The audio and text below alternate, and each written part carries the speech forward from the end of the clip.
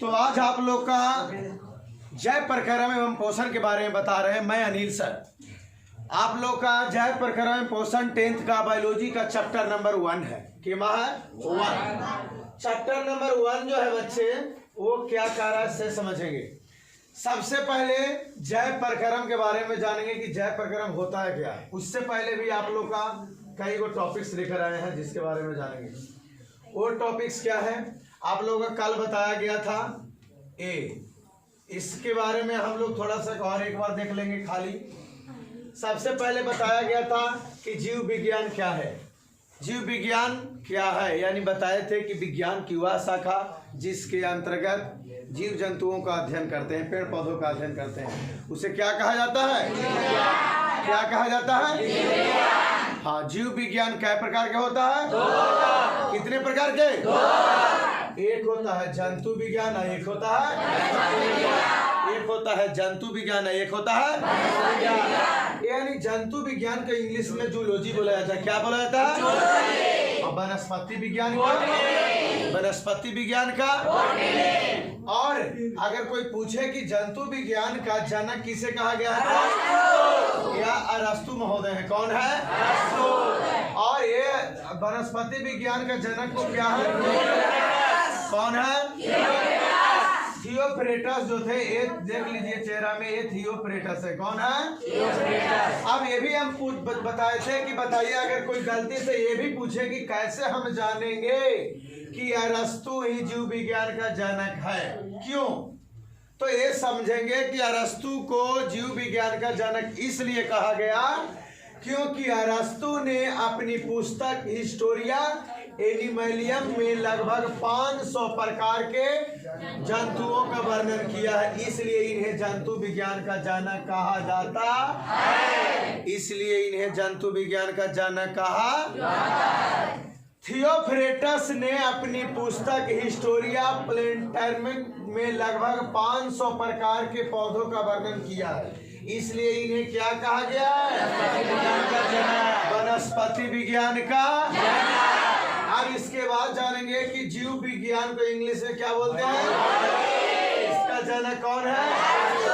जंतु विज्ञान का। इसका जनक वनस्पति विज्ञान का।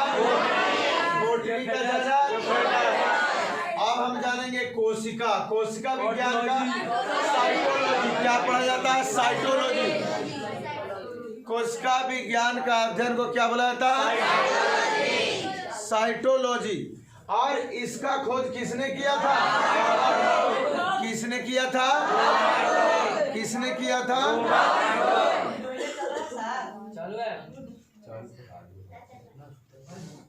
इसके बाद आगे बढ़ेंगे कि क्वेश्चन नंबर नेक्स्ट क्या कर रहे बच्चे आगे पॉइंट में बता रहा है से समझेंगे। अब हम लोग यहाँ से समझेंगे।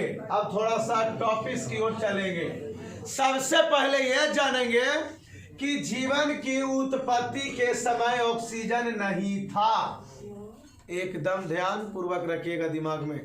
10 को आपको भेजा में बैठाने जा रहे हैं पॉइंट, यानी इस चैप्टर से संबंधित। यानी जीवन जब उत्पत्ति हुआ था तो उस समय ऑक्सीजन ही नहीं था। कुछ ही नहीं था। यानी उस समय ऑक्सीजन नहीं था। ऑक्सीजन नहीं था। अब सोच लो जी, जब हम लोग की पृथ्वी पर उत्पत्ति हुआ था, जीवन की उत्पत्ति हुई था, उस समय ऑक्सीजन ही नहीं था। कुछ ही नहीं था। इसके बाद हम लोग आगे बढ़ेंगे पॉइंट में कि और क्या नहीं था सर। इसके बाद आगे पॉइंट में है जिसके नाम है कि यहाँ पर देखेंगे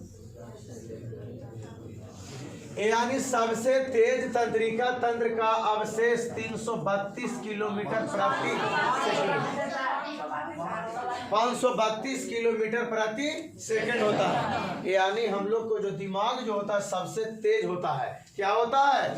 कि कितना किलोमीटर रफ्तार करता है 1 सेकंड में? 532।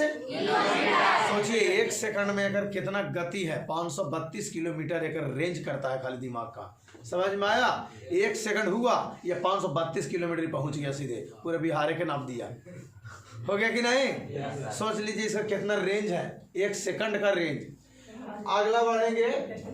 अब ये आप लोग को पता है ना, मस्तिष्क ये मस्तिष्क का भाग है, पता है कि मस्तिष्क, इसको ये बोला जाता है भाग को प्रमस्तिष्क, इसको खोपड़ी बोला जाता है, ये झिल्ली बोला जाता है। यहाँ पर जो होता है उसको अनुमस्तिष्क, यहाँ पर होता है जिसको बोलता है मेरु रज्जु। आगे बढ़ेंगे, question number topics number next जानेंगे। एक क्या है से समझेंगे हम।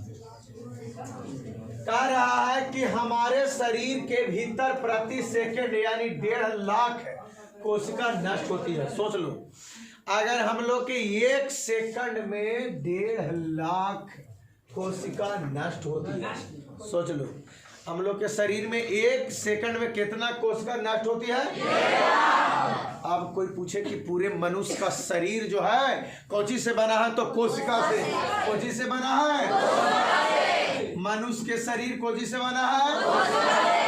हाँ, और कोशिका के बाद जब कोशिका के अगर समूह हो गया, कोशिका के अगर समूह हो गया तो उसे हम क्या कहते हैं? ऊतक कहते हैं। क्या कहते हैं? और अगर ऊतक के समूह हो गया तो क्या कहते हैं? अंग तंत्र। और अंग तंत्र के समूह को क्या कहते हैं? अंग यानी शरीर। सीधे लिखिए, कोई दिक्कत? यानी याद रखिएगा, कोशिका के समूह को ऊतक कहते हैं, ऊतक से मिल गया अंगतंत्र, अंगतंत्र से बन गया शरीर। कोई दिक्कत? तो यही कह रहा है कि हमारे शरीर के भीतर प्रति सेकंड 1.5 लाख कोशिका नष्ट होती। कितना? 1.5 लाख। कितना? 1.5 लाख। अब यहाँ से चलेंगे, आप लोग का लगेगा महासंग्राम। याद रखें, यानी एक बार सांस अंदर लेने पर सामान्य मनुष्य 500 मिलीमीटर हवा अंदर लेता है। एक बार जैसी हम सांस लेंगे ऐसे तो कितना लेते हैं? 500 कितना लेते हैं? 500 मिलीमीटर। एक बार जैसी सांस लेंगे तो कितना मिलीमीटर? 500 मिलीमीटर। ये बेचारी के देख रहा है कितना अच्छा से ले रही है। अरे कौची? तो याद रखिएगा, यह जो है 500 मिलीमीटर ले रही है। कोची? हाँ, समझ में आ रहा है कि नहीं? तो याद रखिएगा, एक बार सांस अंदर लेने पर समान मनुष्य 500 मिलीमीटर हवा अंदर ले सकता है। कोई बच्चा ये भी सवाल उठा सकता है कि सर समान मनुष्य आप जो बोले ओकरा में का बीमारी वाला नहीं लेगा? तन्ना बीमारी वाले खरीद रहता है कि नहीं? चलेगा कर, अरे बाबा चालू कर देता है। क्वेश्चन अभी टॉपिक नंबर नेक्स्ट, इसमें क्या कह रहा है से समझेंगे। ये देखिए, आपका पता होगा मनुष्य के शरीर में 50 लाख बाल होता है। कितना बाल होता है? याद रखिएगा, मनुष्य के शरीर में कितना बाल होता है? पहला हंसा रे। What is your favorite heroine? My favorite heroine is? याद रखिएगा, तो मनुष्य के शरीर में 50 लाख बाल होती है। कितना लाख होती है? कितना लाख?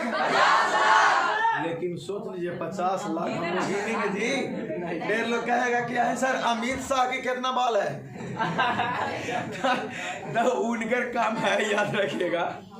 तो ऐसे में कुछ बाल भी होते हैं जो कम होते हैं क्योंकि उचानिल होते हैं, है कि नहीं? तो लेकिन माना गया है लगभग कि मनुष्य के शरीर में कितना 50 लाख बाल। कोई प्रकार की दिक्कत? अब हटा देना नजरिए से।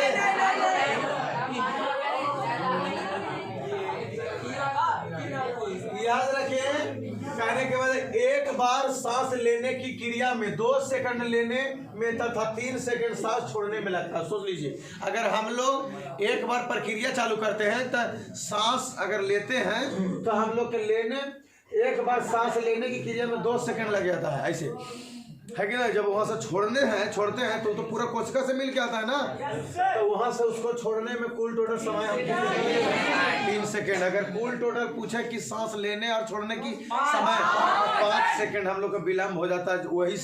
वही ऑक्सीजन अंदर गया, अंदर से लौटेगा पूरा शरीर से और लौटने के बाद बाहर जाएगा, तो कितना समय विलम्ब कर दिया? 5 सेकंड। अब समझ में आया?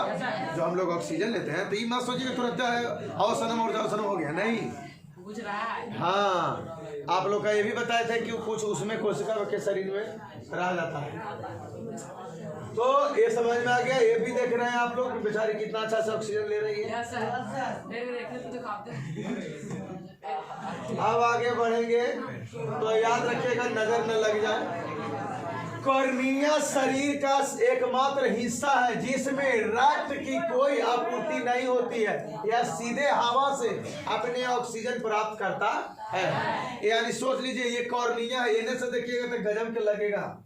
एंगल देख लीजिए, ये एंगल देख रहे हैं ना, ये यहाँ पर जो है उजला ऐसे करके, और बाद यहाँ से देखिए यहाँ पर देख लिया, ये कॉर्निया है। तो यहाँ पर पिक्चर में यहाँ पर दिखा रहा है, अभी इस एंगल से दूर से काट के है।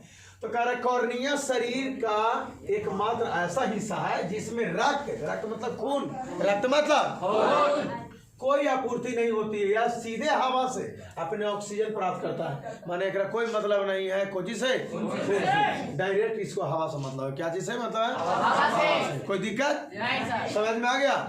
अगर परीक्षा में ऑब्जेक्टिव में ये भी पूछ देता है कि हमारे शरीर के कौन सा ऐसा अंग है जिसका कोई मतलब ही नहीं है, रक्त की कोई जरूरत नहीं है, तो उस जगह का नाम है क्या चीज? हाँ, कॉर्निया। क्या चीज नाम है? क्या है नाम बच्चे? अब इसके बाद आगे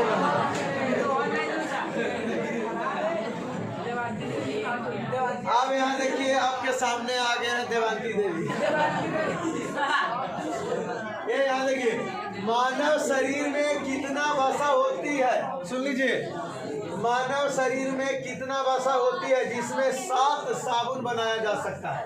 अब सोचो, माने हम लोग के शरीर में जो वसा होता है उससे साबुन भी निर्माण हो सकता है।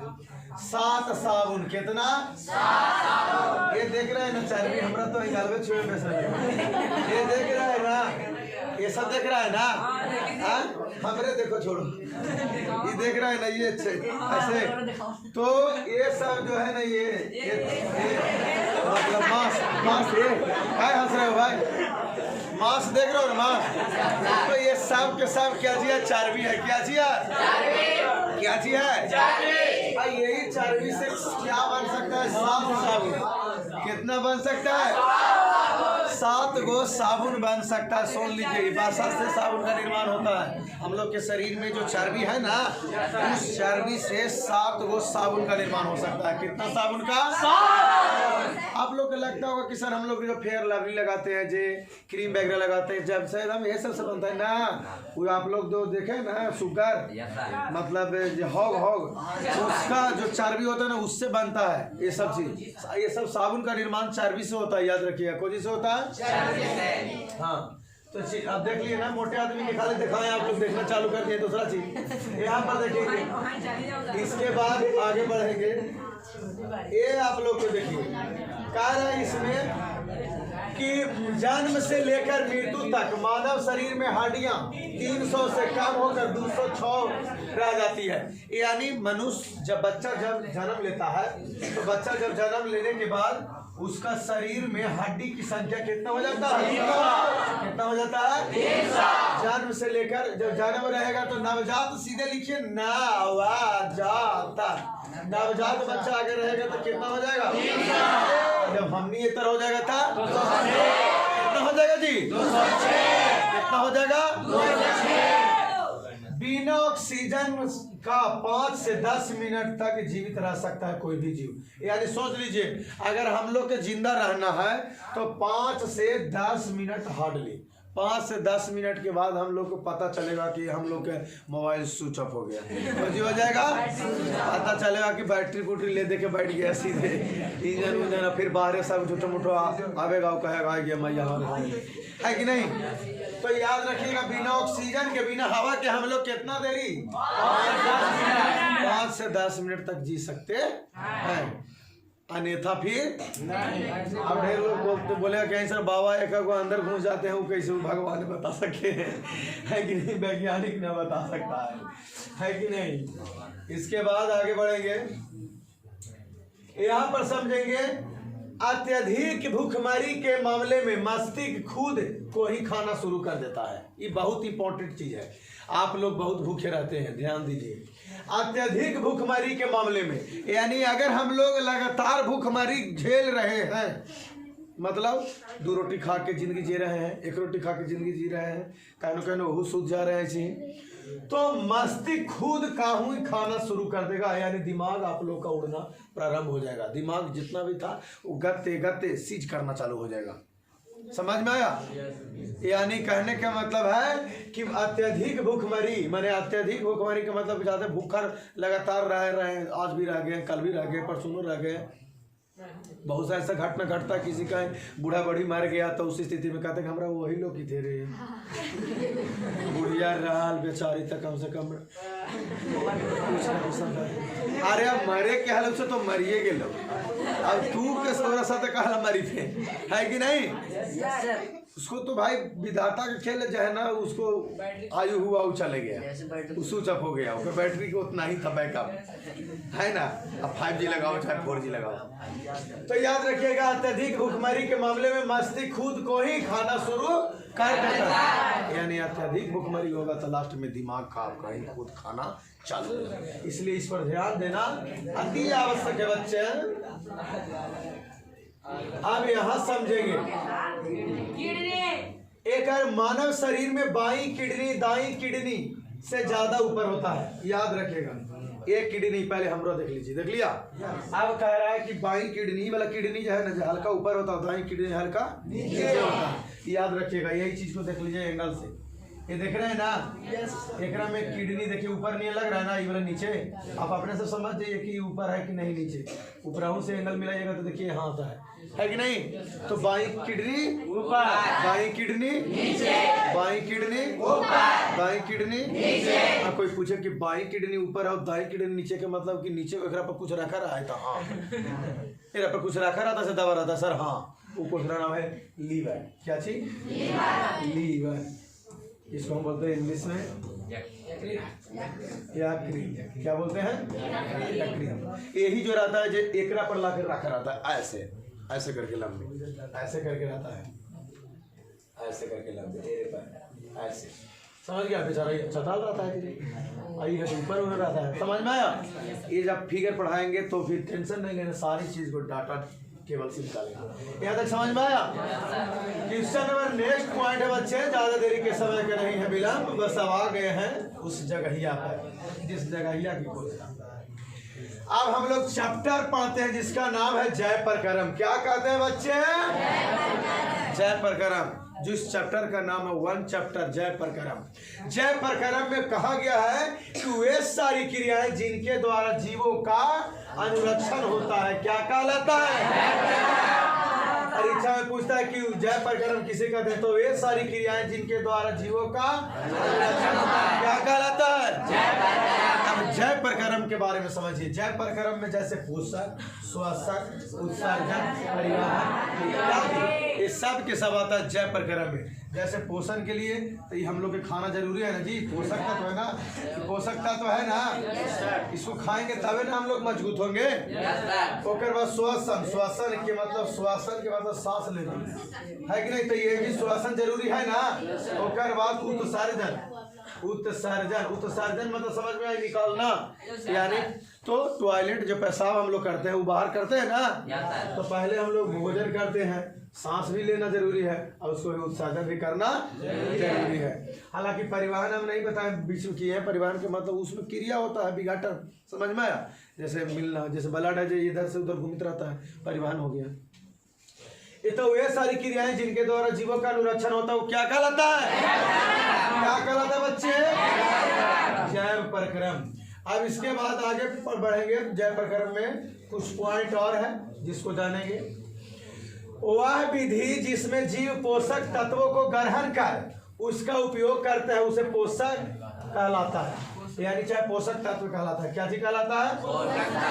पोषक तत्व कहलाता है। वह विधि जिसमें जीव पोषक तत्वों का ग्रहण कर सकता है उसे क्या कहलाता है? पोषक तत्व कहलाता है। अब देखिए ये वाला हम लोग भोजन ये सब करेंगे तो हम लोग के शरीर में मजबूती प्रदान होगा, तो इसी के कहा जाता है कोची पोषक, क्या कहा जाता है? पोषक तत्व। अब जानेंगे कि पोषण जो होता है कै प्रकार के होता है। सब जीवों में पोषण दो प्रकार का होता है। कै प्रकार के?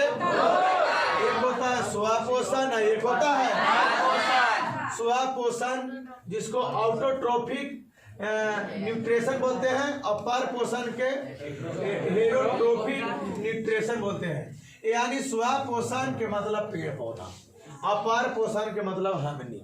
स्वापोषण जो अपने पर आश्रित रहे, पार पोषण जो वैसा जीव जो अपने से भोजन संश्लेषित करे या अपने पर आश्रित रहे उस स्वापोषण। पार पोषण में वैसा जीव जो दूसरे जीव पर आश्रित रहे उसे पार पोषण करेंगे। कोई दिक्कत नहीं। अब आगे बढ़ेंगे, यहाँ पर देखेंगे, यहाँ पर इस पॉइंट को चल गया। ऊर्जा यानी पावर जिसको बोलते हैं, पावर प्राप्त करने के लिए खाद्य पदार्थों की जरूरत होती है जो पोषण के क्रिया के जीव को ग्रहण करता है। जैसे खाद्य ऊर्जा हम लोग के शरीर में लेना है, तो ऊर्जा प्राप्त कब होगा? जब हम लोग भोजन करेंगे तब है ना जी। अब हम लोग भोजन करबे न करेंगे और सोचेंगे कि हम चल जाएंगे। एवं कहुतिया सुने होंगे कि ताकत कम गुस्सा ज्यादा ई लक्षण है पिटाई, और आमदनी कम खर्चा ज्यादा ई लक्षण है बिलाए के, है कि नहीं? मतलब संपत्ति को बिलावे के जो कहता ना है कि तू अब बूढ़ा में, तो ऊर्जा को पावर बोला जाता है। क्या बोला जाता है? पावर को प्राप्त करने के लिए हम लोग के खाद्य पदार्थों की जरूरत होता है। कोई की जरूरत होता है। तो पोषण की क्रिया सभी जीवों के लिए ग्रहण जरूरी है। तो हम लोग भोजन करेंगे तो हमारे शरीर में क्या चीज होगा? ऊर्जा प्राप्त होगा। क्या चीज प्राप्त होगा? ऊर्जा प्राप्त होगा। ये आपको लास्ट पॉइंट है। अब जानेंगे कि पोषण कहते हैं किसको? वह विधि जिसमें जीव पोषक तत्वों को ग्रहण कर उनका उपयोग करता है, पोषण कहलाता है। फिर से समझ जाइएगा, वह विधि जिसमें जीव पोषक तत्वों को ग्रहण कर उनका उपयोग करता है, पोषण कहलाता है। कोई दिक्कत बताइए बच्चे? कोई प्रकार की दिक्कत नहीं ना? अब लास्ट पॉइंट यही है आप लोग का, कारण कि स्वापोषण, इस प्रकार के पोषण में जीव भोजन के लिए अन्य जीवों पर निर्भर न रहकर अपना भोजन स्वयं संश्लेषित करता है। जैसे में हरे पेड़ पौधा जीव जंतु स्वापोषण कहलाता है। पेड़ पौधा देख रहा है ना, कि सब के सब है जो स्वापोषण है। क्या चीज है? क्या चीज है? स्वापोषण। यह अपने पर आश्रित होता है, यह स्वयं आश्रित रहता है। क्या चीज होता है स्वापोषण में? स्वयं आश्रित। इस प्रकार के पोषण में जीव भोजन के लिए अन्य जीवों पर निर्भर न रहकर अपना भोजन स्वयं संश्लेषित करता है, यानी अपना भोजन खुद बना लेता है। अब आपको बताना है कि पेड़ पौधा भोजन कोजी से प्राप्त करता है? भोजन कोजी से, सूर्य का प्रकाश से। कोजी से बच्चे? सूर्य का प्रकाश से पेड़ पौधा भोजन प्राप्त करता है। तो याद रखिएगा, ये बेचारा पहले भोजन प्राप्त करता है, तब फल बनाता है, तब हमने के कहता है कि आप तू काट सकले। तोरा कोई दिक्कत? तो बच्चे आप लोग का इसमें से कोई प्रकार की अगर दिक्कत है तो एक बार वीडियो के बिना स्क्रिप्ट करते हुए आप लोग जरूर इस व्यक्ति को छीन लीजिएगा। और फिर हम मिलेंगे कल नेक्स्ट वीडियो में। तो थैंक यू। जय हिंद, जय भारत।